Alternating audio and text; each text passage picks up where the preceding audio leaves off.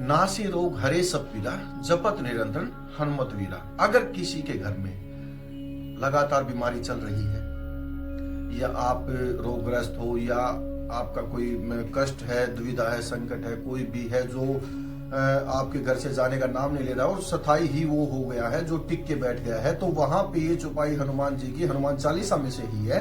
इस का लगातार जाप करने से आपके सब कष्ट, पीड़ा, संकट दूर हटेंगे। जिस घर में श्री हनुमान जी की पूजा होती है, उस घर में शनि देव का कभी वास नहीं हो सकता, और ना ही शनिदेव कभी उस घर में टिक सकते हैं और ना आ सकते हैं। क्योंकि एक बार क्या था कि हनुमान जी भक्ति के लिए बैठे थे और उनके पास में आके शनिदेव खड़े हो गए, और शनिदेव ने हनुमान जी को बोला कि मैं आप पे आने के लिए आया हूं। तो हनुमान जी ने पूछा, मेरी गलती क्या है, आप जो मेरे आने के लिए आए हो? बोले, आपकी कुदृष्टि तो ऐसी है कि आपकी कुदृष्टि लंका पे गई तो लंका धू धू करके चली थी। ठीक है, शनिदेव की कुदृष्टि ऐसी है, जब ये दृष्टि राजा हरिश्चंद्र में पड़ी तो नीच घर के घर में पानी भरना पड़ा था उसको।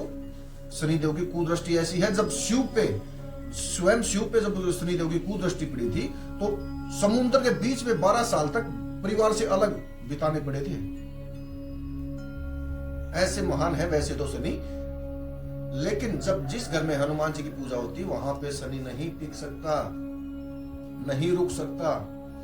हालांकि हनुमान जी ने जिनसे शिक्षा ग्रहण की है वो सूर्य देव है, और सूर्य के पुत्र ही शनिदेव है। ठीक है, तो जहां पे हनुमान जी की पूजा होती है वहां शनिदेव नहीं टिक सकते। हालांकि हनुमान जी ही बंकनाथ है, और बंकनाथ हनुमान जी का ही नाम है, नाथपन से ही ये विलोम करते हैं। और जहां पे हनुमान जी का पूजा पाठ होती है वहां शनिदेव बिल्कुल नहीं रुक सकता। तो हनुमान जी बोले, मेरी गलती क्या है जो आप मेरे ऊपर आने के लिए आए हो? तो शनिदेव ने कहा कि तुम्हारी गलती ये है कि तुमने अकारण ही सुग्रीव को राम से मिलवा दिया, पेड़ के पीछे छिपके तूने बाली को मरवा दिया, तिरिया राज्य में गर्भवती औरतों के हुंकार मार के गर्भ गिरा दिए। ये गलती नहीं है आपकी। दूध का काम क्या होता है?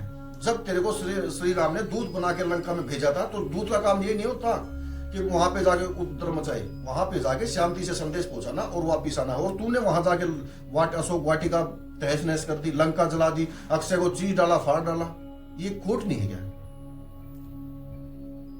ये खोट ही है सारे, इसीलिए मैं तुम पे आने के लिए आया हूं। तो हनुमान जी कहते हैं कि ठीक है शनि महाराज, आप कहां कहां आते हो? बोला, मैं सर पे, कमर पे, मैं कंधों पे 3 जगह आता हूं। बोला, कितने समय के लिए आते हो? तो शनिदेव बोले कि मैं 7.5 12 वर्ष के लिए भी आता हूं। बोला, तो मुझ पे कितनी कृपा करनी है? तो वो बोले कि मैं तो 12 साल के लिए आऊंगा आपके ऊपर। बोले, चलो ठीक है, आ जाओ। कहाँ आओगे? बोले, सर पे। तो जब शनिदेव हनुमान जी के सर पे बैठे तो हनुमान जी ने एक बड़ा सा पत्थर उठाया और अपने सर पे रख लिया। तो शनि जी सोचे कि अब क्या होगा, वो तो दब जाएंगे नीचे। फिर दूसरा पत्थर उठाया, फिर सर पे रख लिया। बोले, ये क्या कर रहे हो? बोला, मेरे राम ने मेरे को आराम के काम सिखाए हैं, हराम के नहीं। तो शनिदेव, मैं एक्सरसाइज कर रहा हूं अपने सर से, पत्थरों से एक्सरसाइज कर रहा हूं मैं, ताकि शरीर हष्ट पुष्ट और सही रहे। तो बोला, ऐसे तो मैं दब जाऊंगा। बोला, ठीक है, आप दूसरी जगह आ जाओ। तो जैसे वो कंधों पे आया तो फिर वहां पे उन्होंने वही अपनी शक्ति दिखाई हनुमान जी ने। लेकिन फिर जब वो कंधों पे उसकी पार नहीं फंसी तो वो सीधा कमर पे आए। कमर पे भी जब हनुमान जी ने दिखाया उनको बल तो कमर पे भी नहीं टिक पाए। फिर वो बोले कि ठीक है, मैं पैरों में आ जाता हूं। तो जिसकी जहां जो शक्ति होती है ना, जिसकी जहां पे जो इज्जत होती है वहीं पे रहता है वो। तो वो लास्ट में हनुमान जी के चरणों में आया और हनुमान जी ने माफ किया। ठीक है, तो इसीलिए कहता हूं, जहां पे हनुमान जी का गुणगान, प्रचार प्रसार, नाम दाम जो लिया जाता है, कहा जाता है, जहां पे हनुमान जी की पूजा होती है वहां पे शनिदेव नहीं टिक पाते और ना ही टिक पाएंगे। ये सच्चाई है, ये सच्चाई है। ठीक है, क्योंकि शनि कोई छोटी चीज नहीं है। शनि देव का जो कुदृष्टि जब रावण के ऊपर पड़ी तो रावण का पूरा कुल सहित नाश कर दिया था। अगर कुदृष्टि शनि महाराज की लंका पे नहीं गिरती तो हनुमान के बस की बात नहीं थी लंका को जलाना, नहीं जला पाते वो। ठीक है, तो यही है, आप लगातार हनुमान जी की पूजा कीजिए। और चारों युग प्रताप तुम्हारा यही है कि मतलब चारों युग में चैतन्य है।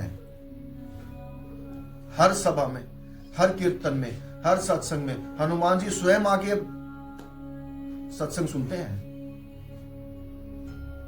तो आपसे विनती है, कभी किसी का बुरा मत करो।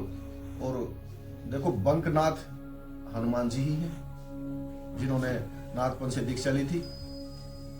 साथ में संतोषनाथ राम जी हैं, श्री रामचंद्र भगवान।